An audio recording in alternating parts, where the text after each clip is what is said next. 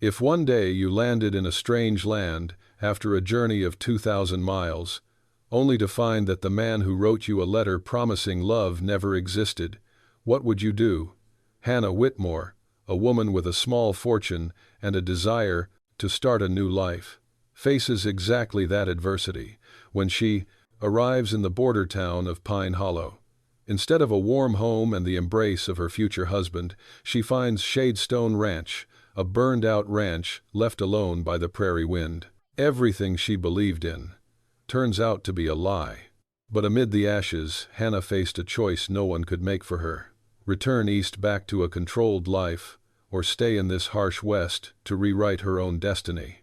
If it were you, after deep wounds, after being looked down upon or judged, would you dare to take the last chance, however fragile, to change your life? And it was in that seemingly desolate place that she met Elias Hartman, a one-armed blacksmith with a heart stronger than any mountain. Where will their encounter lead them? Who will save whom, or will they both quietly heal each other? We invite you to join the story, to feel the slow breath of the border, and who knows, you might find a part of yourself in their journey of revival. If you love humane, quiet stories, please like, share, subscribe to the channel to start our journey at Shadestone Ranch.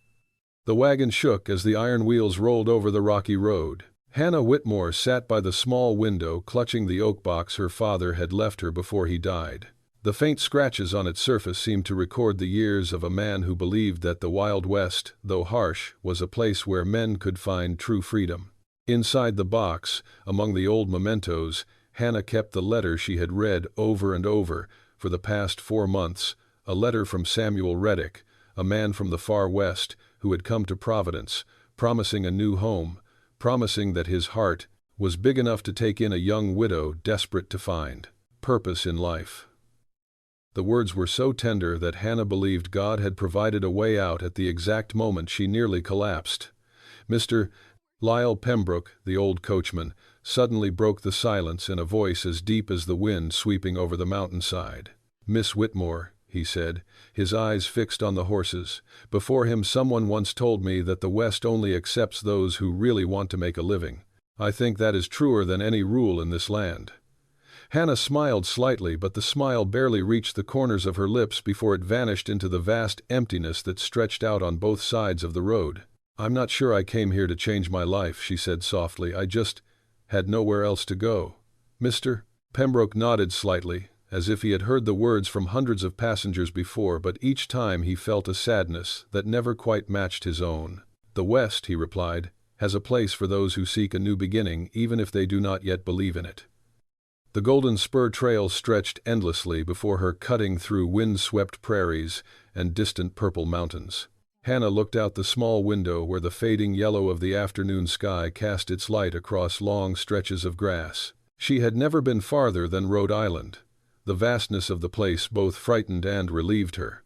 It was as if her grief, the silent loss of her husband's shipwreck, was dwarfed by the vastness of the world. But Hannah didn't say so. The West didn't seem to be built for complaining. People bowed their heads to the wind, picked themselves up after long snowy nights, and believed that tomorrow, though weary, was worth living for. As the carriage entered Pine Hollow, the late afternoon light cast a honey hue over the town's rough wooden roofs. Hannah leaned out to look. Pine Hollow was smaller than she'd expected. One main street dotted with shops, a blacksmith shop, a general store, a simple tavern, and the old post office. Everything looked as if a strong wind could tip it over, but in its roughness there was a strange warmth, like a place that had seen so much loss that people had learned to slow down and hold on to each other. People stood on both sides of the road watching the carriage pass. A white-bearded man rose from his chair and squinted as if trying to guess who Hannah was. Women stood by the well whispering to each other. Children stopped throwing pebbles to stare at her. In the golden sunlight, all their faces were as hard as the soil and rocks of this region. But deep in their eyes, Hannah saw something strange, a curious and inexplicable pity, as if they knew more than she did about where she was going, as if she were stepping into a story whose ending everyone knew but herself. The carriage stopped at the town station. Mr. Pembroke got out first, his steps heavy but sure. "Miss Whitmore," he said, helping her down, "it's not like it was in Providence. You have to be strong, but I have a feeling you're used to it. Hannah put her feet lightly to the ground. Road dust clung to the hem of her skirts, and the scent of dry grass and burnt wood hung in the air. It felt as if she had just left her whole old life behind, and Pine Hollow was opening up a path she wasn't sure she was ready to take. Inside the Silver Finch Inn, Hannah took off her shawl, her shoulders relaxed after the long journey. Mrs. Lisbeth Morrow, the gray-haired but sharp-eyed innkeeper, looked her up and down, then gave her a smile that was both kind and distant. You came all the way from Providence. It's a long way, girl. Hannah nodded politely. I came to see a man named Samuel Reddick. He wrote to invite me. He said he lived near Pine Hollow. There was a sudden silence in the room, as if someone had dropped a glass soundlessly on the floor. Mrs. Morrow glanced quickly at Mr. Pembroke. The horseman coughed, avoiding Hannah's eyes. In this whole town, Mrs. Morrow said slowly, there is no one named Reddick. Hannah stood still, her hand unconsciously tightening on the wooden box. But the letter was sent from here. He described the land around Pine Hollow very clearly. There was no mistake. Mrs. Morrow didn't answer right away. Her expression said Pine Hollow had seen this before, someone putting their trust in the wrong person, someone reaching for a name that didn't exist. Hannah opened the box and pulled out the top letter. The ink was slightly faded, but the words were as warm as the first time she read them. We'll plant a row of wild roses by the little house overlooking Slate Peak. I'll mend the old fence.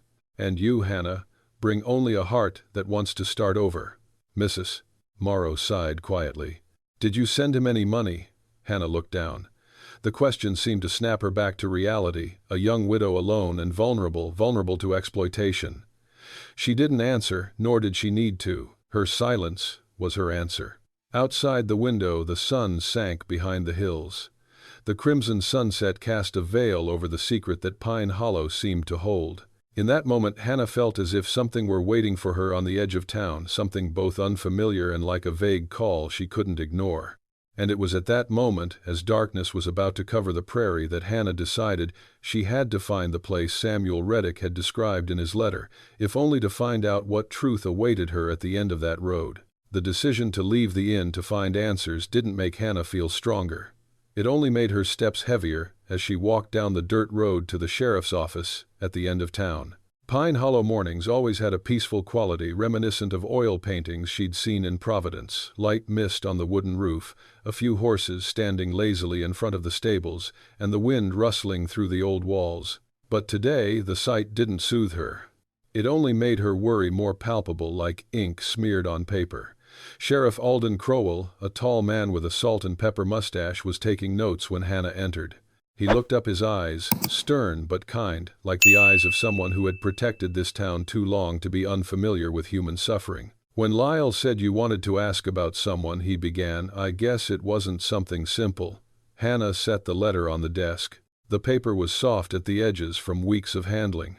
I came from Providence to see a man named Samuel Reddick. He wrote that he lived near Pine Hollow. Sheriff Crowell took the letter, scanned it, and put it down cautiously. Miss Whitmore, he said slowly, I've been in this neighborhood for over 20 years. We keep records of every farm, every person who comes and goes. But for 15 years, no one named Samuel Reddick has lived here. Hannah felt her breath catch. It can't be, she whispered. His letter was stamped Pine Hollow. He described the place very clearly. Sheriff Crowell shook his head, his voice not filled with doubt but with the sympathy of one who had seen many a story unfinished. Letters can come from any post office. If you want to believe it, the words were like a cold knife. Hannah stood still, her heart clenching in her chest. It had been more than 2,000 miles from Providence, a journey longer than she had ever imagined possible in her bravest imagination. And now, it seemed like a journey of foolishness. That afternoon, Hannah returned to the Silver Finch Inn. The room was a damp wooden room with windows the size of a hand, but when she entered it suddenly felt strangely empty, as if the walls themselves knew the news she had just received. She sat down on the edge of the bed, opened the wooden box, and took out a stack of letters tied with a pale cloth string. The sunset light shone in enough for her to reread each line she had placed all her trust in. In his first letters, Samuel wrote of his dream of a home, a small farm with a wildflower garden by a stream. He wrote that he understood the loneliness of a husbandless woman, as if that pain had touched him too. Hannah read those words on a rainy night in Providence, when lightning flashed across the sky, and she felt like she had nowhere else to belong. Now, in the silent room of Pine Hollow, those words suddenly seemed strange and cruel. There was a soft knock on the door. Mrs. Lisbeth Morrow entered with a cup of hot tea. Her eyes were not curious, only warm and understanding. A person who had lived all her life in the West always recognized the pain that others tried to hide. "Miss Hannah," she said softly, "Sheriff Kroll told me. It's not uncommon, but it always makes you sad when you first hear it." Hannah swallowed back a sob. "I thought I might finally find a place to start over." Mrs. Morrow put her hand on Hannah's shoulder, as gently as if it were a door that might shatter if touched too hard. "I have to ask," she continued, her voice so low that it seemed she was afraid of hurting Hannah, "did you send him any money?" Hannah didn't answer. She just looked down at the pile of letters in her lap as if each one of them held a trace of the trust she had mistakenly given. Her silence was enough for Mrs. Morrow to understand. It wasn't the material loss that hurt. It was the feeling of being taken advantage of, especially since she came from a world where honor and trust were once the only foundations on which people relied. When Mrs. Morrow left, Hannah sat there, her eyes lingering on the last letter, the one in which Samuel described a ranch called Shadestone Ranch, the old log house, the rows of pine trees, and the creek at the foot of the hill. Hannah trembled slightly as she realized something that morning she had passed a man leading his horse near the land north of the town. She knew from Mr. Pembroke that there had been a farm there that had burned down the previous spring. Shadestone Ranch, the place Samuel described in his letter. Now all that remained was ashes and charred logs. She closed her eyes. She didn't know who Samuel was, didn't know why he'd chosen to describe that very place. Didn't know if he'd ever been through Pine Hollow, or if he'd just used someone else's memories to create a story that gave her a glimmer of hope. But one thing she knew for sure: if she didn't see Shadestone for herself, she would never truly know what truth awaited her. The night wind blew in through the crack in the door, carrying with it the scent of pine and wood smoke. She tightened her grip on the wooden box, her heart gradually calming down. Westerners do not allow themselves to be defeated by the harsh truth. They face it and move on. And as if guided by an invisible hand, Hannah left Pine Hollow the next morning, following the description in her last letter, heading for Shadestone Ranch, whose ruins might hold the answers she wasn't willing to face but was forced to seek. Mornings in Pine Hollow always had a light of their own, not bright, not harsh, just enough to reveal every vein of the prairie like a new chapter for those willing to read. As Hannah walked out of the Silver Finch Inn, clutching the wooden box to her chest, she knew something had changed in her heart, though she couldn't name it. Shadestone Ranch, burned to the ground and reduced to ruins, still lurked north of town like a question mark. A question mark she couldn't ignore if she hoped to understand what had brought her to this strange land. The early morning wind blew across her face, carrying the scent of pine and dust. In that rare moment, Hannah suddenly heard her father's voice echoing from years past. "Freedom is never given, my child. It must be earned with your own hands." The wise but gentle Jonathan Whitmore had said those words on the last night of last winter when he knew his time was running out. Hannah had thought he was reminding her to be careful, but now, in the vastness of Wyoming, they rang out like a call to keep going. She stood for a long time in the middle of the road. Memories of Providence came flooding back, not as loud as the ocean waves, but as slow as a fire in the ashes. Everett Rourke. The man in the luxurious robe who carried the scent of expensive cigarettes everywhere. The man who had proposed marriage not out of love, but because he wanted to take the family fortune after her father died. Hannah still remembered the look in his eyes that day, a look that did not hide the ambition. "Miss Hannah," he said, "a widow will have a hard time running a business. It would be better if I took charge." But she knew that if she signed the paper he brought, she would forever become a shadow in someone else's life. Hannah had left Providence partly because of Samuel Reddick's letters, but also because she had to flee Rourke's trap. Not because she was afraid, but because she wanted to retain her last shred of dignity. Now, knowing Samuel may never have existed, Hannah is faced with two choices: return to Providence where she will be forced again, or continue on to Shadestone where she doesn't know what awaits her. Mrs. Lisbeth Morrow stepped onto the porch, a thick shawl in her hand. "Are you leaving town?" she asked, her voice soft but full of concern. Hannah took the handkerchief, replying in a low voice, I must see Shadestone for myself. I don't want to return with an unfinished story." Mrs. Morrow nodded slowly as if she had anticipated her decision from the moment she first saw her. "Every Easterner who comes west," she said, "brings a pain with him. But only those who face it find peace. Go, Miss Hannah. Shadestone will give you the answers you need." Her words weren't advice, but a kind of quiet blessing, the kind experienced people give each other. Hannah walked up the dirt road out of Pine Hollow. The sun was high enough to chase away the chill, but the wind still carried a wild western feel. The distant sound of hooves, the wind through the pines, the saloon door closing behind them, all of it combined into a slow rhythm like the heartbeat of the town. She knew she couldn't go back to Providence. Not because of shame, not because of being lied to, but because the shock had forced her to look at herself. In Providence, she had always been seen as too soft. In Pine Hollow, she was just a woman finding her place in the world. And in Shadestone, despite its ashes, she felt an invisible call, as if the land understood her loneliness better than any human. In her hand, her father's wooden box was still heavy, but it was a weight that made her feel steadfast, not make her fall. "Father," she whispered into the wind, "I will decide my own fate. Even if it is dark ahead, I will not turn back." The first steps out of town were always the hardest. But as Hannah walked, she felt her heart lighten, as if she were shedding layers of fear that had clung to her since Providence all those years. The road opened up north, and the sky above her was so blue it made her feel small and free. Sometimes people only find true freedom when they are forced into a situation where they have to choose. And this was that moment, the moment Hannah knew she no longer belonged where she had left off, but in the direction her heart was taking her. Whether Shadestone was a lie or the truth, she still wanted to face it with her own hands and strength. And as the first streaks of sunlight touched the tops of the distant pines, Hannah saw the outline of the Shadestone Ranch ruins rising into the light, the place that would open a new chapter she couldn't yet predict, but was forced to enter.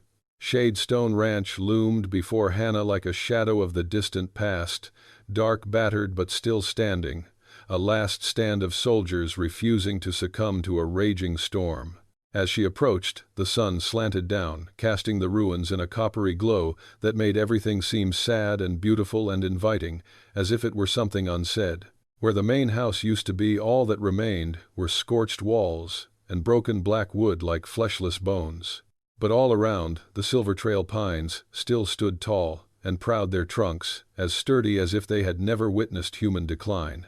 At the foot of the hill, the small stream still flowed, sending shimmering rays of light down its course. In its desolation, Shadestone is strangely beautiful, the beauty of something that has lost almost everything, but still quietly retains a part of its soul that nothing can take away. Hannah walked slowly, step by step. Her shoes caught on rubble, but she didn't stop. She reached out and touched the scorched wall.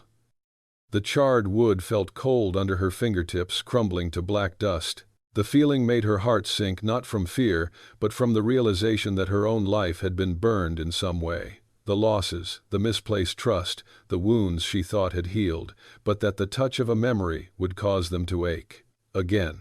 "You can burn down the house," she whispered, "but you can't burn down the roots." The wind blew through her hair, gently caressing it like a soothing hand. Hannah closed her eyes, letting the sound of the stream, the rustling of leaves, and the vast silence of the west seep into her heart. She didn't understand why Samuel Reddick had described the place in his letters. She didn't know if he had seen it before it burned, or if he had just used the name Shadestone as a pretty piece of a lie. But now, facing the real ruins, Hannah felt calm. This place, though ravaged by fire, still lived in its own way, just like her. Hannah walked around to the back of the property. Here, the stone foundation of an outhouse was still intact, and a small lawn was formed by a stream that trickled through moss-covered rocks. A few pale yellow wildflowers grew trembling in the wind, stubbornly beautiful. She sat down on the stone floor, placing her father's wooden box on her lap. "Father," she said, in a voice as light as the wind, If this is where I have to start over, then I will try to find a way to let it live again. The sky was turning to afternoon. The last light of the day tinged the ground with a warm brown, making the burnt wood less mournful, as if they were accepting their fate and waiting for a new pair of hands to rebuild their lives. Hannah stood up, took a deep breath, and that's when she felt someone watching her, a vague feeling like a headwind blowing against the back of her neck. She turned around. A few dozen paces away behind the pine trees was the shadow of a man. He stood still, motionless, the sunlight making his face hard to see.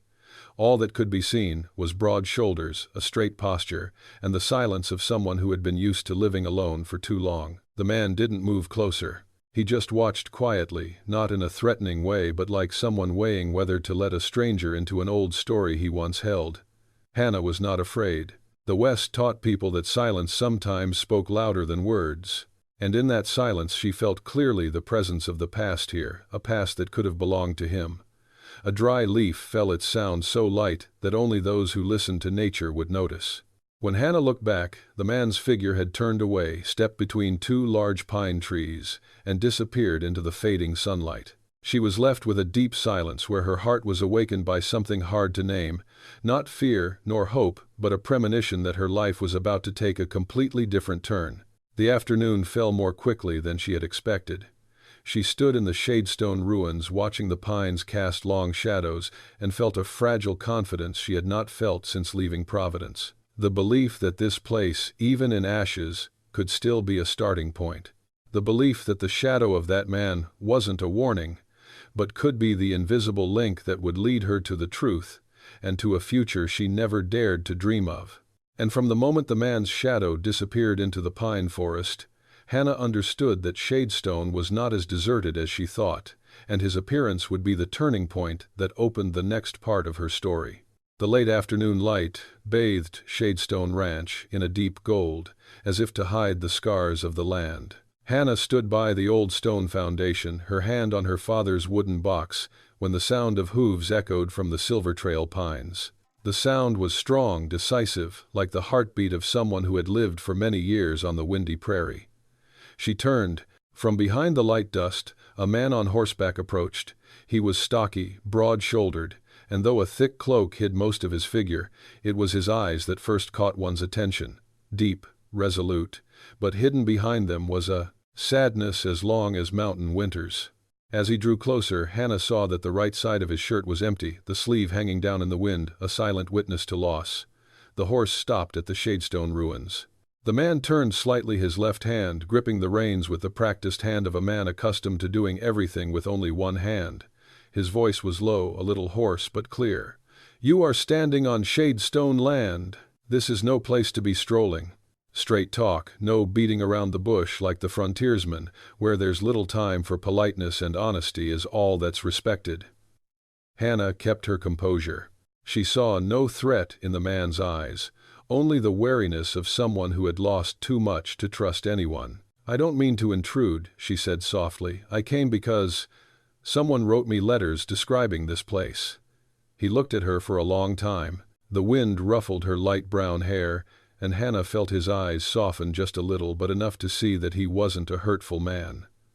"A letter?" he asked. What for? Hannah opened the wooden box and took out Samuel Reddick's last letter. I believed his words. I don't know who he was, but the place he described matched Shadestone. The man dismounted. His movements were slow and steady, as if each step were deliberate. He stood beside her, close enough for Hannah to feel the warmth radiating from this man who had lived alone in the frozen land. "My name is Elias Hartman," he said. "I was the caretaker of this land after the fire. The previous owner was a friend of mine. I promised him I would keep Shadestone safe from evildoers." Hannah was silent. "So, you knew about the farm before it burned down?" Elias nodded. His eyes drifted to the charred logs, then the pines still standing in the distance. "I used to work here. After the war I lost many things. An arm, my family, and the belief that I would have a place to go back to."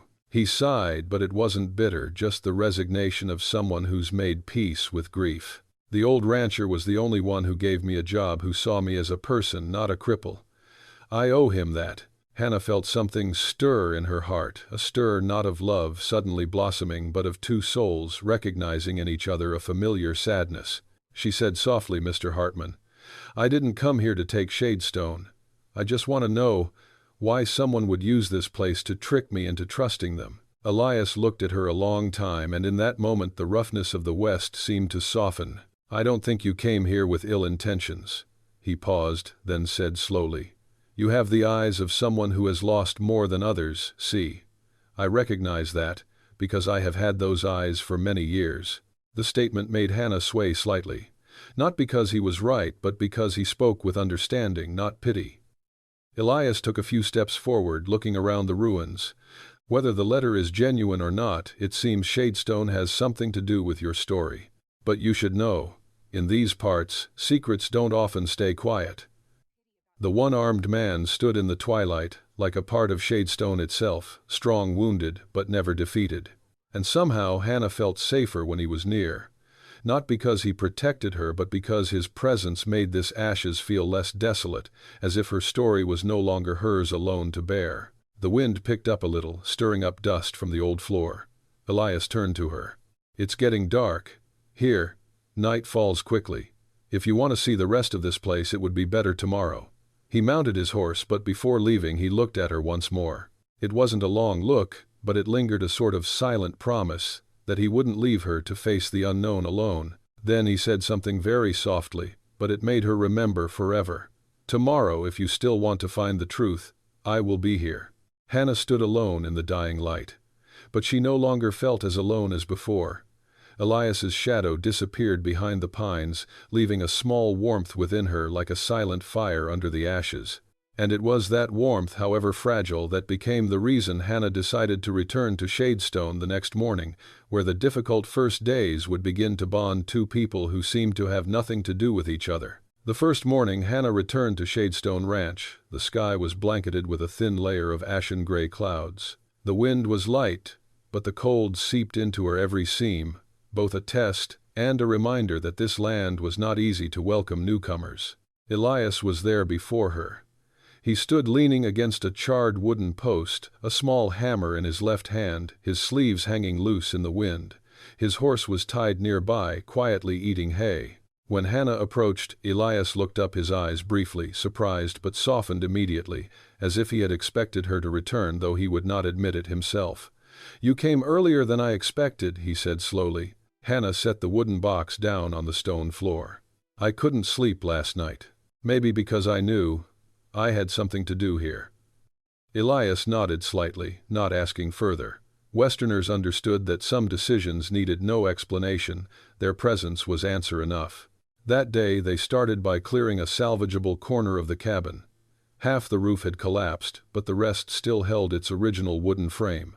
Hannah helped Elias drag out the charred planks. Her body wasn't used to the heavy labor, but she didn't flinch. Elias glanced at her occasionally, not to check, but to make sure she wasn't hurting herself.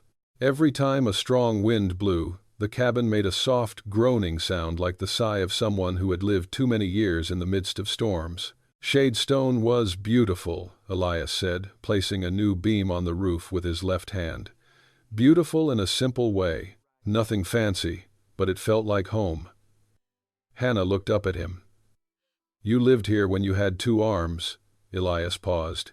His gaze left the roof and fell to the charred ground. "While I had my right hand, I still had my family." His voice was soft, not mournful, but like someone who had told this story to himself for years until it became a form of acceptance. "My wife died of scarlet fever," he continued. "My son, who was 4 at the time, died too. Shadestone was the only place I had a job that year. The rancher told me I wasn't useless if I just wanted to get back on my feet." Hannah felt a strange warmth spread through her chest. The man before her was not the type to proudly hide his pain. He lived with it, worked with it, the way people in the West accept the long, cold winter, but still long for spring. "Thank you for telling me," she said softly. Elias laughed softly, a rare, brief laugh, but one that softened the atmosphere. "Not everyone wants to hear about other people's pasts. But sometimes," Hannah replied, "it helps you understand you're not alone." The words made Elias silent for a moment. Then he returned to his work, but his shoulders no longer carried the heaviness they had felt in the morning. It began to rain in the afternoon. The first drops of water pattered steadily on the newly repaired roof of the cabin. Hannah stood inside her arms, tucked into her coat, watching Elias adjust the slats to keep the water out. "If I had 2 hands, I would have done it faster," he said apologetically. Hannah shook her head. "I've never seen anyone do as much as you do with 1 hand." Elias was about to say something, but the rain suddenly intensified. Water seeped through unsealed cracks and dripped into a corner of the room, chilling the floor. Hannah spread a thin blanket in the driest spot and tried to curl up into a ball as night fell. The wind began to howl in the pines, carrying with it the sound of cracking trees, a sound that Easterners seldom hear but Westerners understand well, a sign of a long, cold night. In the darkness of the unfinished cabin, the small fire Elias had lit was the only thing that kept the chill at bay. He sat by the door, his back against the wooden wall, his eyes fixed on the outside, as if he were always afraid that something might attack from the darkness. Hannah tried to sleep, but her legs were numb, her fingers numb. The makeshift roof did little to keep out the wind that blew through the cracks in the wood. She shivered, her breath coming in small gasps. Elias turned around at the sound of her sobbing. "Hannah, are you cold?" She forced a smile. "It's just, I'm not used to the nights in the West." He stoked the fire and took his only heavy cloak and placed it over her shoulders. "I don't need as much as you," he said. "I'm used to it." His left hand, rough from the hammer but strangely warm, touched hers lightly. It was not a gesture of affection nor of pity, just the presence of someone who understood the weariness of the long night. "You might faint from the cold," he said, his voice stern but gentle. "There is much work to be done tomorrow. I will not have you exhausted by stubbornness." Hannah chuckled softly, though her lips were numb. "I'm not stubborn. I just don't want to be a burden." Elias leaned down, his eyes serious. "You are not a burden. You are just learning to stand where there is no room for weakness." After a while, when the fire was strong enough, the cabin grew warm. Hannah leaned her head against the wall, her eyes heavy. Elias remained nearby, as if guarding her with the deep silence that only those who have suffered so much loss possess. And in that moment, amid the pounding of the rain and the flickering firelight, Hannah felt something change. Not an emotion, but a trust, the kind that only grows when 2 people worn down by life recognize in each other something they've long lost, a place to lean on, even on a rainy night. When the rain stopped and the cabin grew quiet, Elias said softly, "Tomorrow the sky will clear. Then, Shadestone will begin to take on a new shape." Hannah looked at him, not with the eyes of someone needing help, but with the eyes of someone ready to step into another life, not knowing where it would lead. And true to Elias's word, the next morning did break, not just on the cabin roof but in Hannah's heart, where hope began to take shape, and the first steps to rebuild Shadestone Ranch were taken. The sun rose earlier than usual that morning, casting a pale yellow light over Shadestone Ranch, a small promise of better days. Hannah and Elias were up before the wind had even woken. They continued their work, repairing the cabin each at their own pace, unhurried but steady, the way Westerners approach life, quiet, patient, and few words. Hannah was sweeping the cabin floor when she heard the distant sound of horses. The sound was not like Elias's silent hooves, nor the sound of the town's pack horses. It was sharp, urgent, and carried the impatience of someone who had not come to visit. Elias looked up, his eyes momentarily wary. "We have guests," he said softly. A man on a black horse stepped out from the red, dusty road into Shadestone. He wore a long charcoal coat, his collar turned up high, and his shiny black leather gloves reflected the sunlight. His face was hard, his nose as sharp as a steel pen, and there was something in his eyes that made Hannah take a step back.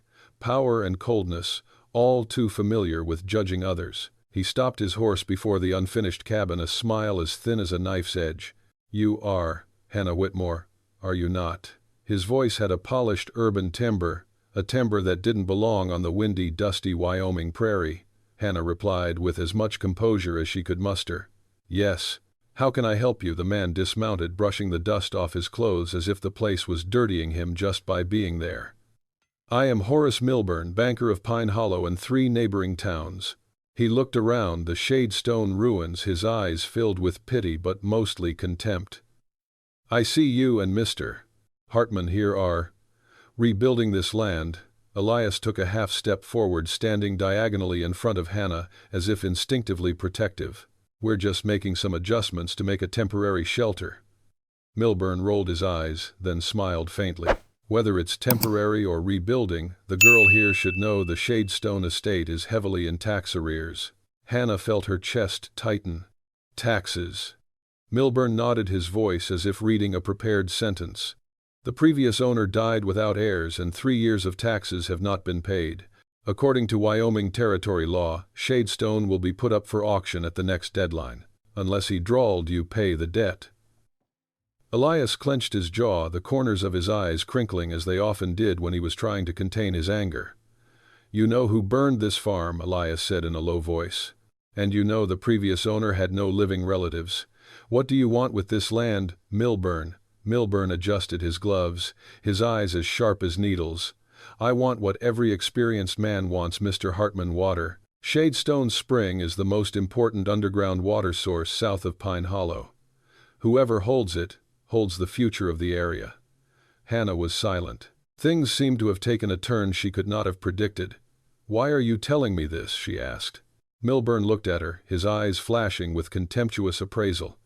Because the last depositor to the Pine Hollow Bank was your name, and because a single woman, he lowered his voice enough to let her life before appear in that shade, would not last long in this wild west. The words hit her like a north wind. Not because they offended, but because they were so similar to sentences she had heard all her life in Providence, words she thought she had left behind. Elias took another half step forward, his voice deep as the earth trembled before a storm. You should leave, Milburn. This land does not welcome those who look at it as merchandise. Milburn laughed again. Think about it, Miss Whitmore. You can leave this place and go back to where you belong, but if you try to stay, Pine Hollow won't take it easily. He turned his horse, leaving a long, sharp hooves in the dirt, like knives cutting through the already damaged Shadestone ground. When Milburn was gone, the space returned to its usual quiet, but it was the kind of quiet that made one's heart feel heavier. Elias stood still for a long time before the cabin ruins. Hannah could feel the tension in his shoulders, the tension of someone who had seen forces like Milburn oppress the frontier poor for years. Is he serious? Hannah asked softly. Shadestone is going to be auctioned. Elias looked at her, his eyes less angry but thoughtful. Yes, and Milburn wants it at all costs. He's the kind of man who thinks he has the right to decide the fate of this place. Hannah clutched her father's wooden box. I don't know what I can do, but I don't want to leave. Not now. Elias exhaled slowly, as if he were holding the day's fatigue in his breath. Hannah, this land gave me a chance to stand once, but Milburn and those like him are always waiting to make the weak surrender. He stepped closer to her, his voice deep and firm as pine roots in the rocky soil. But you are not weak. You have traveled 2,000 miles to get here, and you have lived through the worst rainy night I have ever seen an Easterner endure. Hannah laughed softly, but her eyes stung. I don't want to run any more, Elias. I want to know what I can do, for myself. He looked at her longer than he had before, as if realizing in that moment that Hannah was no longer the woman tricked by the forgery, nor the lost woman from Providence. She was the one choosing to stay. Then we will find a way, Elias said. Shadestone does not belong to Milburn. It never belonged to those who only counted on profit. Hannah nodded, and for the first time since arriving in the West, she felt her spirits no longer shake. She had endured too much to fear a man like Milburn. The wind rustled through the Silver Trail pines, making a rustling sound like someone was standing nearby, cheering them on. The last rays of the sun fell on Shadestone, not bright, but warm enough to show that the land had not yet surrendered. Hannah clutched the edge of her cloak. Tomorrow, she said, we will begin to try to secure Shadestone. Elias nodded slightly, but his eyes were on the road Milburn had taken, as if knowing that the real difficulties were only just beginning. And true to Elias's hunch, the next morning Pine Hollow begins to stir rumors, scrutiny, and judgment directed at Hannah, a prelude to the social conflict she is about to face. The next day, just as Elias had predicted, the town of Pine Hollow buzzed like a beehive, struck hard. Gossip spread quickly through the blacksmith shop, the tavern, the post office. Hannah heard a few words as she passed by. That East Coast girl lives at Shadestone with Hartman, a spinster, and Milburn. He'll probably take the land soon." The words were not loud but sharp enough to cut. Hannah, however, did not stop. She turned to the grocery store to buy some necessary items for the house. The wind from the prairie continued to blow as if it did not care about the gossip of people, and somehow it gave her confidence. When she returned to Shadestone, she found Elias splitting wood beside the cabin.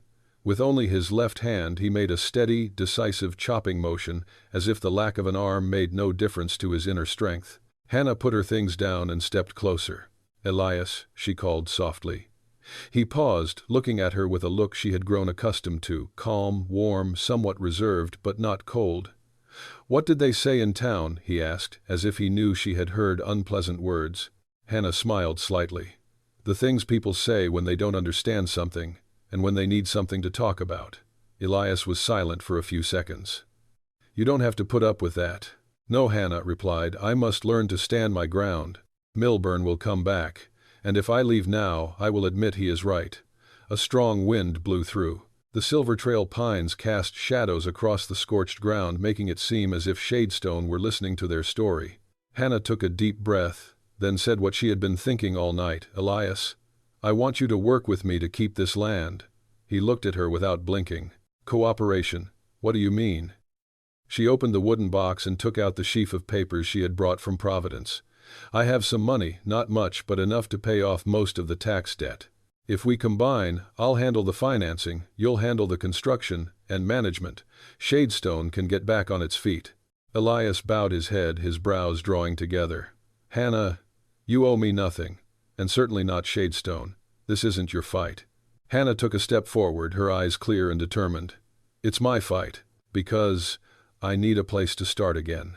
And because Shadestone is like me, destroyed but still has roots to rebuild." The last sentence made Elias pause. It was as if he saw in her something he had never dared to see clearly, the resemblance of two people who had lost so much. He turned to look at the stream where the sunlight shimmered in streaks. His voice was slow. "I lost my family. I lost the old blacksmith shop in the blizzard. I'm not sure I have the strength to build anything from scratch." Hannah softened her voice. "You don't have to start alone." For a long time Elias did not speak. There was only the sound of running water and cracking wood in the silence. Then he looked up, looking straight at her. "I am afraid. If I accept this cooperation, you will be tied to my difficult life." Hannah smiled slightly, a warm and rare smile in these trying days. "Elias, my life has never been easy, but I have never had the chance to choose my own path. And today, I want to choose Shadestone." The words were like a spark that lit something inside him, not a blazing fire, but a slow, steady glow, like a pine tree standing through winter. He entered the cabin, telling her to follow. Inside, where the walls were still black with smoke, Elias took out an old leather notebook, the one he had used to record all of Shadestone's work before it burned. He placed the notebook between them. "If you really want to cooperate, we will make this right." Hannah nodded. "We split the decision-making.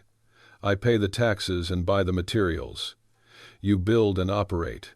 We each get a piece of Shadestone." Elias looked at her for a long time. Finally he said slowly, "Okay." There was no immediate handshake, no empty promises, just the respect of two people standing in the ashes and deciding to rebuild their lives. Elias found a piece of undamaged wood and smoothed it with a knife. Hannah took a pen and ink from her father's wooden box. They wrote a rough agreement on the wood, not an elaborate contract, but a promise written between two people who had been hurt but still believed that kindness mattered. "It's cold here," Elias said as she signed, "but if you still want to continue after today, Shadestone will no longer be ashes." Hannah signed first. Then she handed the pen to Elias. He held the pen in his left hand, slow, slanted, but sure. By the time he finished signing, the cabin seemed to warm up a little, even though the wind still whistled through the cracks in the wood outside. The two of them looked at the wordless agreement. Amidst the cold, ruined cabin and the smell of burnt wood, they had laid the first brick of their future, not a future of spontaneous love, but a future of trust. Hannah breathed out, relieved. "Thank you, Elias." He shook his head. "No. You gave Shadestone a second chance." After a while, the sky began to darken. But this time the darkness did not make the cabin feel as gloomy as before. In the small room, Hannah and Elias sat by the newly lit fire, the wooden agreement placed beside them, the ink still fresh. And in that fire, the fire of strength and faith, two broken people find a point of intersection to begin healing. But as Shadestone begins a new chapter, Pine Hollow begins to buzz with stories about Hannah and Elias, the gossip, the stares, and the social confrontations they can't avoid. Rumors spread faster than prairie winds, something Hannah hadn't anticipated. Just a day after the partnership agreement with Elias was signed in the cold cabin of Shadestone Ranch, the town of Pine Hollow was abuzz with whispers, which she heard everywhere: the market, the post office, even in front of the town's wooden church. That morning, Hannah went downtown to buy some supplies for her horse stable. As she entered the store, the whispers faded and then died away, but the silence was louder than any words. After a long beat, the two women standing near the counter began to whisper deliberately, loud enough for her to hear. "She lives with that crippled blacksmith. I heard she's staying the night on Shadestone. Aren't you ashamed?" Hannah kept her face impassive, but her hands tightened on the handles of her basket. Not because she feared the rumors, but because they touched an old wound, the feeling of being judged by people who never understood her story. When she left the grocery store, the landlady, Agnes Crowley, was waiting on the porch. She pulled her cloak back against the chilly wind, her eyes a mixture of worry and sympathy as she looked at Hannah. "Miss Hannah," she called, her voice low. "I heard about the blacksmith shop. Pine Hollow isn't easy for a newcomer, especially a young woman fixing up a house with a single-handed man." Hannah smiled slightly politely as she had brought from Providence, but her eyes showed weariness. "I have done nothing wrong, Mrs. Crowley." "I know," she replied immediately. "But people don't always look at the truth. They look at what they want to believe." A breeze carried dust from the prairie. "Mrs. Crowley touched Hannah's elbow lightly, her voice softer. "I just want you to be careful. Don't let their words bite you. The West is hard on the weak, but it's even harder on those who stand up." Hannah bowed her head in thanks. The warmth in Mrs. Crowley's words made her feel less alone. That afternoon, Hannah returned to Shadestone. Elias was repairing the stable door, his posture firm but his expression more tense than usual. When he saw her, he put down his hammer and came closer. "Something's happened," he said. "I heard the men at the bar. They said you were seeing me." His voice was tight, not with shame, but because he knew the words would hurt Hannah more than he did. Hannah took a deep breath, trying to keep her voice steady. "I heard." Elias looked at her for a long moment, the look of a man who had lost so much and feared that the only woman who stood by him would also collapse under the weight of the town. "Hannah, if I cause you to get into trouble, I can back out of the deal. I don't want—" He stopped, unable to continue. Hannah stepped closer, her eyes soft but determined.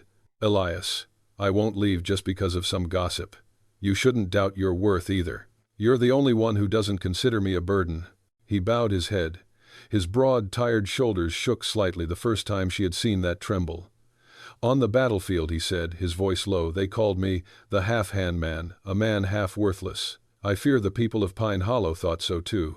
Hannah gently placed her hand on his empty sleeve, not in pity but in acknowledgement of what he had been through. "You are more than half worth anything, Elias. And to me, you are the only one who stands by me without asking for anything in return." Her words were like drops of water that cracked the hard shell Elias had carried for many years. He swallowed, turning away to hide his emotions. But social pressure doesn't just come from rumors. That afternoon, as Hannah swept the yard in front of the cabin, a woman appeared, tall, with chestnut red hair tied in a bun and the sharp eyes of someone used to living out west without needing anyone's protection. "Are you Hannah Whitmore?" The woman's voice was curious but not hostile. "Yes, it's me." "I'm Clara Dilling," the woman said, placing her hands on her hips, her eyes on Elias working behind her. "I've known Elias for years. He's quiet but a nice guy." Hannah smiled slightly, not knowing what this woman had come for. Clara continued, "Frankly, I heard about you and him working together to rebuild Shadestone. That was brave. But you should know, Elias lost a lot. And he doesn't open up to anyone easily." A moment of silence. Clara looked straight into Hannah's eyes, her voice softening. "The town is saying a lot of bad things. It's fine with me. But with Elias, those words might make him withdraw into himself. "Do you understand?" Hannah recognized in Clara's voice not jealousy but genuine concern for Elias, a widow who had once had silent, unspoken feelings. "I won't hurt Elias," Hannah said softly. Clara nodded, her eyes warming. "Good. Because he deserves to live in peace after all." Then Clara turned away, leaving behind a light breeze, carrying the rustling of dry leaves, a silent end to the meaningful encounter. As the sun was about to set, Hannah and Elias sat on the steps of the cabin, the evening breeze beating gently against the newly repaired roof. In the distance, the Silver Trail pines cast long shadows, drawing Shadestone into a rare, peaceful embrace. "Elias," Hannah said, her voice low, "the rumors, I will learn to ignore them, but I don't want you to feel like a burden." Elias looked up at her. In the twilight, his eyes were tired but strangely warm. "I only fear that people will discourage you. I have lived long enough to know how quickly cruel words can kill hope." "We're not here to please the town," Hannah replied softly. "We're here for Shadestone. And for our own lives." Elias was silent for a moment, then nodded. "I won't let them make you give up." There was something genuine in his words. Not a vow, not a rush of affection, but companionship, a rare presence in the vast West. The afternoon wind was colder, but in the cabin the fire was already burning. Hannah looked into the firelight, then whispered, "They can say what they want, but only we know the truth." Elias responded with a silent nod, enough to give her the feeling that they were standing on the same side against not only Milburn but the invisible judgments of the small town. But before the rumors have even died down, Pine Hollow is hit by a major storm, the first real test for Shadestone, and for the budding bond between Hannah and Elias. After the days of Pine Hollow's rumor mill, Shadestone Ranch still maintains its own rhythm, a slow, steady, stubborn rhythm, as if the land had long since learned to stand firm amid the sandstorms and judgments of life. In the morning, Hannah woke up before the wind. The dawn fell quietly on the Silver Trail pines, illuminating the thin layer of dust on the burnt ground. She stood before the garden that had been burned by the fire, feeling as calm as the surface of the nearby stream. "I will start over," she whispered, not sure if it was to herself or to the land. She began by pulling out the burnt grass roots, using her hands, unaccustomed to heavy labor, to gather the soil and level the garden. Each movement was slow but sure, as if she were sewing up the tears in her own heart. Not far away, Elias was rebuilding the east fence. He held a hammer in his left hand, hunched over in the morning sunlight, not the imposing figure of the Western men in books, but with a strength that made one believe. Hannah looked at him for a long moment, then turned back to her garden where she was trying to coax life from the ashes. Though she knew the results were far from certain, she planted some mustard and potato seeds, not because she was sure they would grow, but because she wanted to believe in something. By mid-afternoon, Elias brought her a bowl of spring water. "You don't have to do it all yourself," he said, his voice a little harsh with worry. "Planting the garden, digging the soil, it's not something you have to do alone." Hannah wiped her sweat and smiled. "Elias, I have lived for too long relying on others. Now to start anew, I need to learn to stand on my own two hands. But you're pushing yourself too hard." He said it not loudly but with a hint of irritation, an irritation masked by concern. Hannah replied in a soft but firm voice, "If you can work all day in the sun with only one hand, then I can dig a few garden beds." Those words accidentally touched Elias's deep pride. He clenched his jaw, his eyes darkening slightly. "Hannah, I do what I can, not for you to compare or try to catch up." The air between them paused. A light breeze blew, stirring up a thin layer of dust, as if to console, but the two remained silent for the first time. There was real tension between them. Hannah looked into his eyes, seeing the worry beneath the steely facade. "I'm not comparing," she said softly. "I just wanted you to see that I could contribute too." Elias exhaled slowly, a breath that carried the Wyoming winter in it. "I see."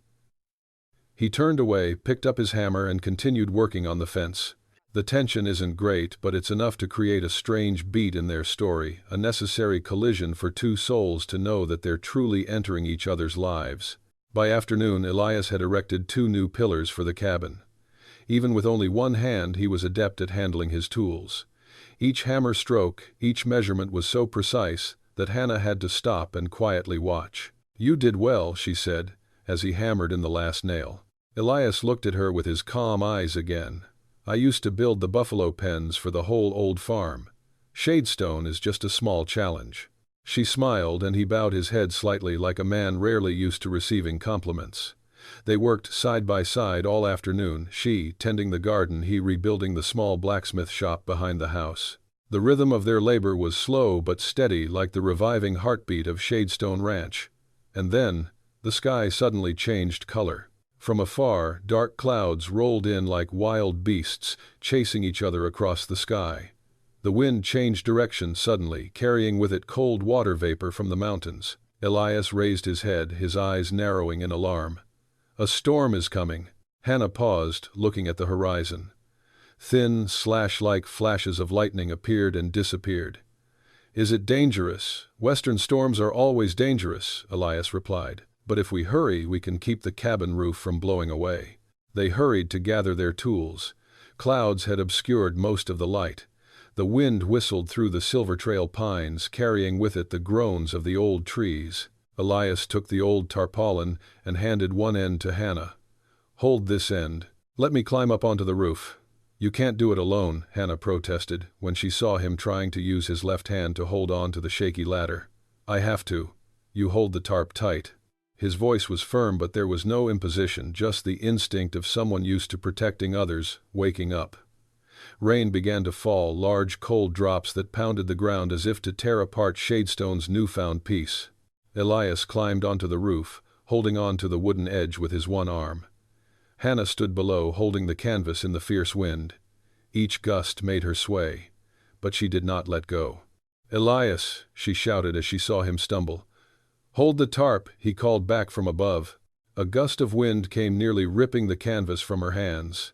Hannah's hands stung, but she gritted her teeth and held on tight. The wind whipped at her, her hair flying, but she stood there steadfast as the mistress of Shadestone for ages past. On the roof, Elias hammered down the cross-laminated timbers that held the roof in place. Rain soaked his hair, running down his sunburnt face. But he did not stop. Not for a second. The storm howled, raging as if it would tear the land apart, but amid the chaos, the image of the two men struggling to cling to the roof shone like an unspoken oath. No matter how much ashes remained, they would hold on to Shadestone. Finally, after a long clap of thunder that shook the terraces, the wind died down. The rain became only a drizzle. The storm had passed as quickly as it had come. Elias slid down the ladder, his legs giving way to the ground from exhaustion. Hannah ran to him and caught him. "Are you okay?" she asked, her voice trembling with cold and worry. Elias sighed heavily but nodded. "You kept it well. Otherwise, the roof would have been gone." Hannah looked at the roof, still standing though leaking and patchy. "We did it." Elias looked at her a long time, his eyes shining with something deeper than gratitude. "It wasn't us, Hannah. You saved this home."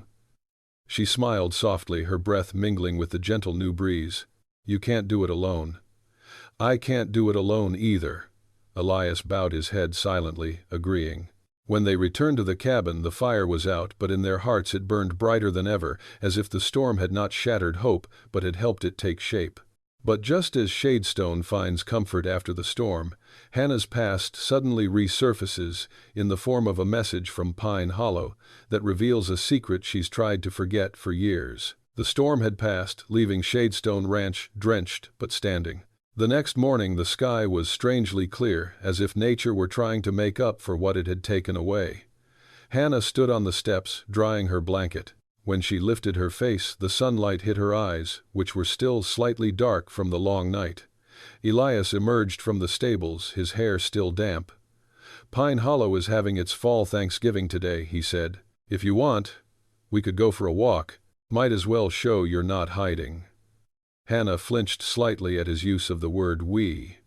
After the storm there was something between them that no longer needed to be said, a kind of quiet trust. She nodded. "I will go." The ceremony took place in the courtyard of Pine Hollow's small wooden church. There were more people than usual. Banjo music filled the air and the smell of pumpkin pie and smoke wafted through. But beneath the smiles and friendly greetings were curious, scrutinizing eyes. Hannah walked beside Elias, clutching her father's wooden box as a spiritual support. A few people nodded slightly at Elias, but when they looked at her they exchanged puzzled glances. Agnes Crowley saw and hurried over. "Hannah, come here," she said gently, putting her arm around her shoulders to ease the pressure. Clara Dilling also came. "I'm glad you came, Hannah. Don't let rumors ruin all the good things you're building." Those words helped her breathe easier. But then, everything changed in an instant. A slim young man in a cap, Jeremiah Dilling, Clara's younger brother, had just returned from Cheyenne. He had barely stowed his luggage when he was drawn into the conversation, and with the carefree eagerness of a messenger from afar, said a sentence that froze Hannah's chest. "I just met a businessman from the East, Benedict Hale, I think. He's looking for a woman named Hannah Whitmore." The words dropped like a heavy stone into the warm air. Hannah froze. The wooden box in her hands slipped a little, but she caught it in time. Her face paled like someone who had just heard the name of a ghost. Agnes Crowley recognized her immediately. She gently took Hannah's arm. "Hannah, are you all right?" She tried to open her mouth, but her voice wouldn't come out. Jeremiah continued, unaware of the weight of his words. He said he had financial issues, and he traced the bank draft to Wyoming. "I even said he might have the wrong person, but—" Elias stepped forward just as Jeremiah was about to continue. "Enough." His voice was deep and hard as the rocky ground. Jeremiah started. "Mr. Hartman, I didn't mean I know." Elias looked at the young man, then back at Hannah. "You need fresh air. Come on." Agnes touched Hannah's back lightly, leading her away from the crowd. People moved aside, their eyes following her every small but heavy step. They stopped at the end of the churchyard, where yellow daisies grew wild against the fence. Hannah clutched the wood, trying to steady her breathing. Benedict Hale, the name cut through every defense she had built since arriving at Shadestone. Elias stood a few paces behind her. He did not touch her. The Westerners understood that there were fears that should not be disturbed, but his presence made the space behind her less empty. "You don't have to tell me," Elias said slowly. "But if Benedict Hale really does come looking for you, then that's what we have to face." Hannah closed her eyes, a drop of water falling onto her glove. "Elias, I thought he stopped after my father died. I thought I was free." Her voice broke like a weak wind. Elias clenched his fists.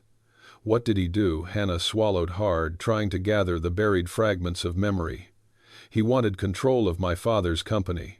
When my father died, I was too weak to fight back. Benedict forced me to sign over some of the assets, using lawyers to scare me. When I refused, he tried to marry me to legitimize his ownership." Her voice trembled like a fragile thread. "I ran away. I thought, if I disappeared from Providence, he wouldn't follow." Agnes Crowley put a hand on her shoulder. "Hannah, you are not alone anymore." Elias took a step forward, close enough for his voice to anchor her turmoil. "Hannah, Shadestone is not where Benedict Hale wants to be. He came for you, but I promise you, he won't touch you if you don't want him to." She turned back to look at him, her eyes red but not teary. "How did he know I was in Wyoming?" Jeremiah, who had run after him to apologize, said. "He followed the bank draft. They said in Cheyenne there was a woman named Whitmore who sent money from Providence. From there, he tracked it to Pine Hollow." Hannah felt as if the world she had just rebuilt, board by board, bed by bed, was threatening to collapse again. Not because of the land, but because of the past that surrounded her like an endless shadow. Elias saw it in her eyes. "Hannah," he called softly, "you are safe. Here with us. With me." For the first time, she believed that the words were not polite, but something he wanted to do by any means possible. The afternoon fell over Pine Hollow with the somber hues of autumn. The people had returned home, and only the wind blew through the churchyard with the smell of dry straw and ashes. Hannah, catching her breath, opened her father's wooden box. Inside was the letter he had left her, the one she had carried with her for the entire 2,000-mile journey. She read it for the first time with trembling hands. "When you find your place, Hannah, hold on to it. Even if the past demands you to return." She pursed her lips, then closed the box. "Benedict knows I'm alive," she said, "and he's coming." Elias nodded, his voice as deep as the sound of old pine trees in the wind. "Then we will wait for him. But Hannah, this time you won't have to face him alone. The afternoon light spread across his face, a face that had seen war, loss, and long winters, with no one to return to. But in his eyes, as he looked at her, there was a rare determination for others. Hannah let out a small breath. "Thank you, Elias." He shook his head. "No, this is Shadestone, and Shadestone people protect each other." Across the field, the Silver Trail pines echoed with the wind, as if in response to that unspoken oath. But Hannah doesn't know that Benedict Hale is closer than she thinks, and his arrival will spark a confrontation that not only involves her past, but also threatens the fragile future Elias is building with her in Shadestone. One day in late fall, when the morning mist still covered the ground like a thin blanket, Shadestone Ranch suddenly became strangely quiet. Hannah felt it as soon as she stepped out of the cabin. Not the quiet of a peaceful morning, but the kind of quiet that slowed one's heart, as if forewarning of an event. Elias was tying up the wooden trellis near the stables. When he saw her, he smiled slightly, a rare smile but enough to dispel some of her unease. But then the sound of hooves echoed from the main road. The two horses galloped straight to the Shadestone gate. Hannah recognized the dark brown form of Horace Milburn's horse, and beside him stood a man in a thick dark blue cloak, with a fur-lined collar, standing upright, confident to the point of arrogance. He needed no introduction. Hannah knew immediately Benedict Hale. Her breath caught. Her chest tightened as if an invisible hand were squeezing it. Elias stepped forward to stand in front of her, instinctively, no noise, no fanfare, but his presence was enough to make her feel she was no longer alone. Benedict dismounted slowly, brushing his robes off, as if the Shadestone dirt had soiled him. When he looked up at Hannah, his eyes were filled with the possessiveness she had feared so many years ago. "Hannah Whitmore," Benedict said, his voice smooth and cold as a silver blade. "I have found you at last." Elias took a half-step forward. "What are you doing here?" Benedict looked at him, as if he were some nameless obstacle. "My business is with Miss Whitmore, not with you." Hannah clenched her fists around her father's wooden box. "I have nothing to say to you, Benedict." "Oh, yes." He opened his pocket and pulled out a sheaf of papers. "You fled Providence with the family fortune. You even signed the unfinished transfer. You know what that means, right?" His voice was not loud, but each word was like a hammer blow to the Shadestone soil. Hannah took a step back. "You forced me to sign when my father had just died."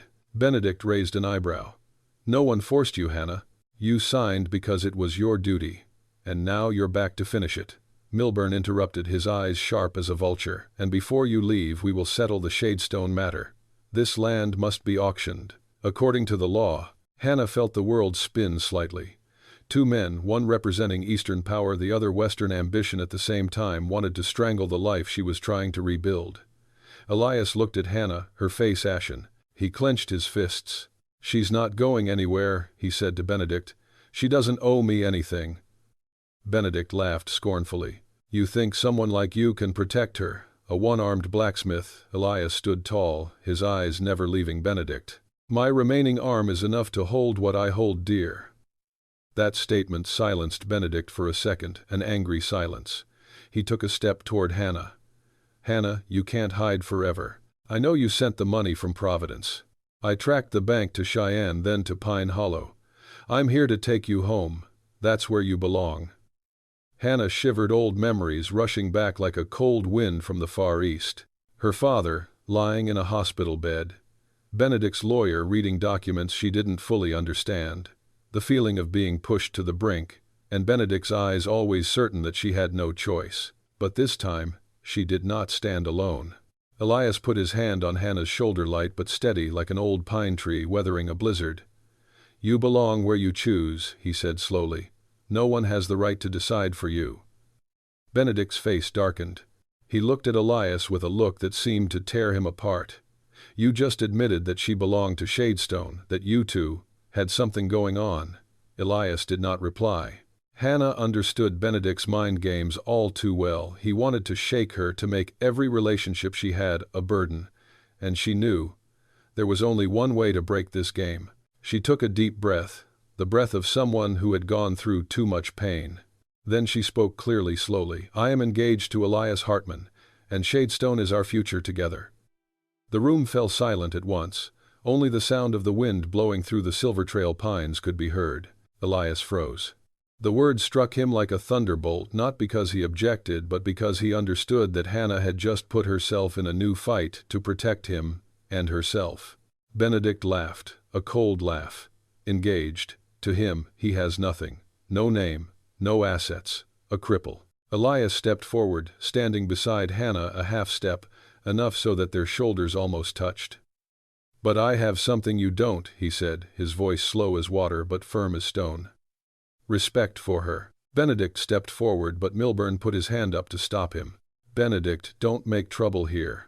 We need evidence to sue her. Let Wyoming law handle it." Benedict stared at Hannah, his dark eyes flashing with anger. "You think an engagement will save you. You can't run forever, Hannah. I'll be back with lawyers, with papers, with everything I own." He turned his horse, Milburn following.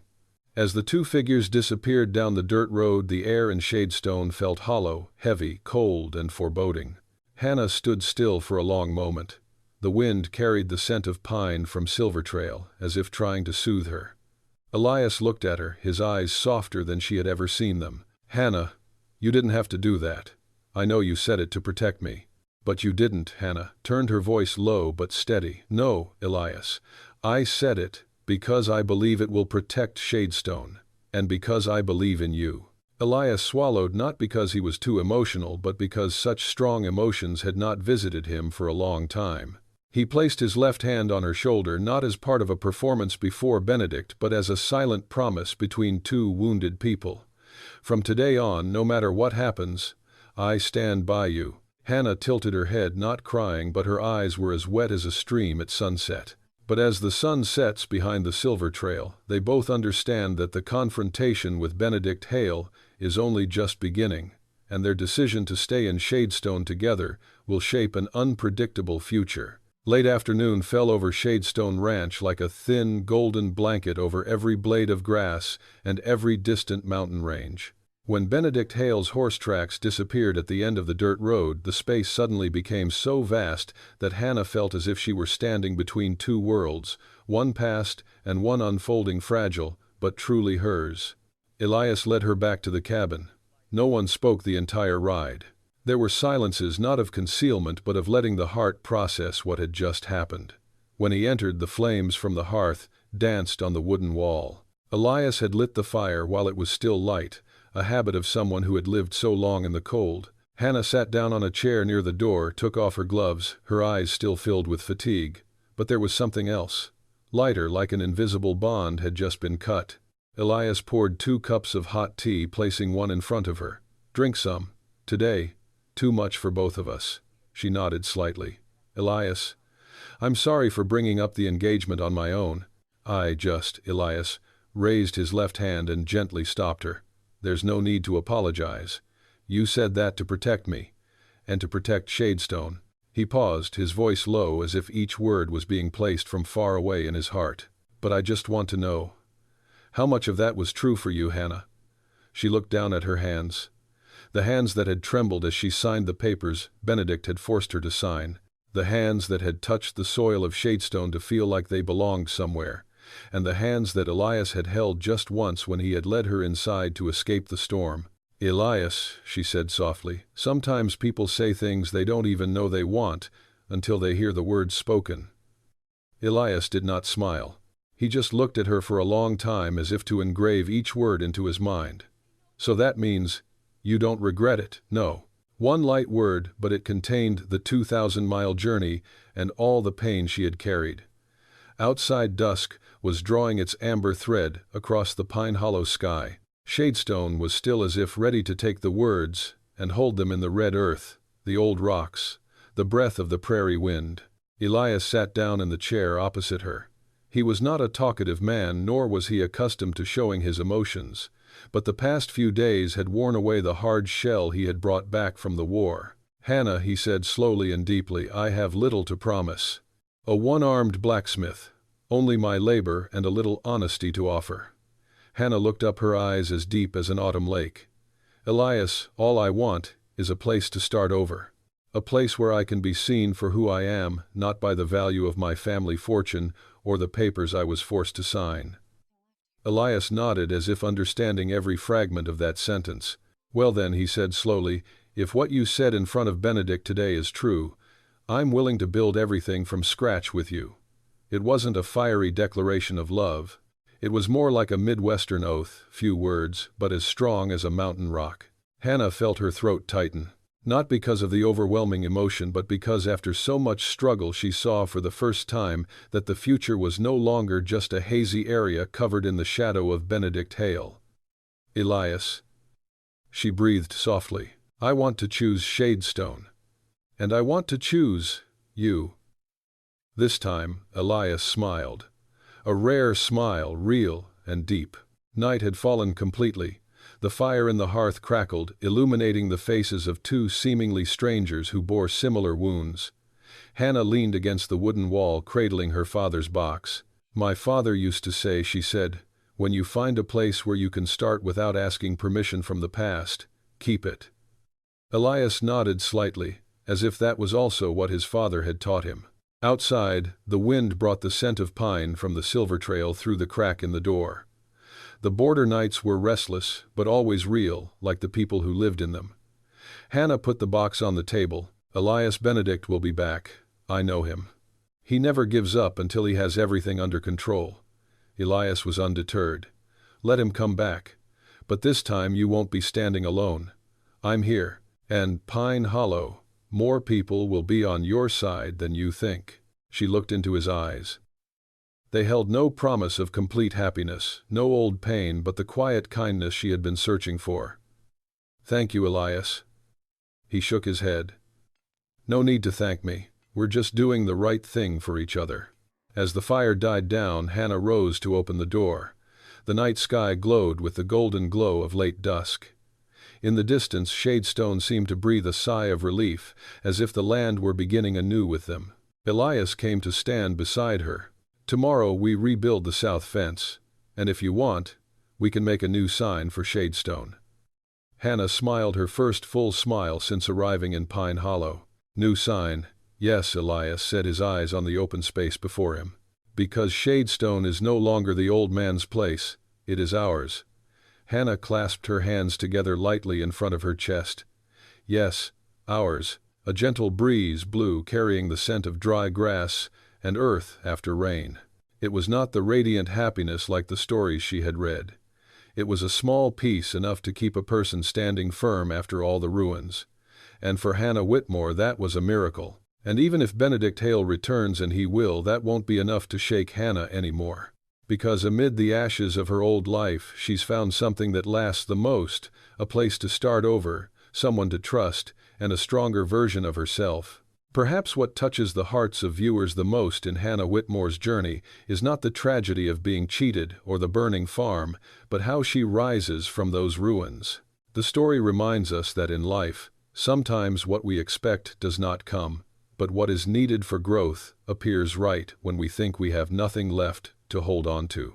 And like Elias Hartman, the one-armed blacksmith who kept his heart, people are not defined by their losses, but by how they continue to live with kindness when life is not easy.